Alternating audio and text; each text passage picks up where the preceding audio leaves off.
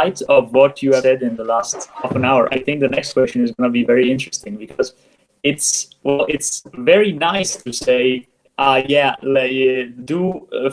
find your job, like, attend an interview and say, no, I want to do this. But as a 20-year-old, how can you do that? It's not easy. It's a luxury you have, because you have experience, you have connections and whatever. But as a 20-year-old, how can we put this into practice on a smaller scale, let's say? But yeah, no, the line is not very good, but I think I got the question, which is very challenging. And I think we are in a business world which has become very stiff, has become very rigid, has become obsessed with roles, has become obsessed with efficiency, with roles, with rewards, all of that. And when you are forced into the world, and if you want to get an employment position in a big company, very often as a 20-year-old, you need to put your aspirations, your dreams to a side, and just, as I said, for a few years, like I did, put up with it. But that's not always the case. I think there is a whole new generation of enterprises arising, and the one that I really, really enjoy are the social enterprises, which is the other side of what I do, and working with businesses that are driven by a social agenda, which can be very varied. It's an impact of some sort, but to them is not all around profit.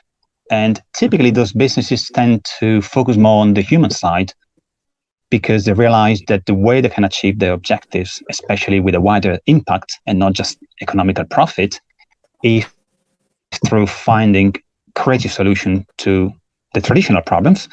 And to find those creative solutions, they need to treat their own people, their own employees, or their own partners, because there is many models of employment which are emerging. I think the days of full-time employment, from the first day of your career to the last day before pension, these have gone a long time ago. I don't think any 20-year-old now will ever think that we'll have one job in the life like our grandparents did. And so it's all around, finding also creative employment model. And I think a lot of the young generation, especially those who will come into the Aurora project, I really hope, they will be shapers. They will be the ones to create new realities and to develop new entrepreneurial model. And I think it's all around balancing that ambition, that dream, with the reality of what you can actually achieve, and connecting. Yeah, again, I cannot say that word enough.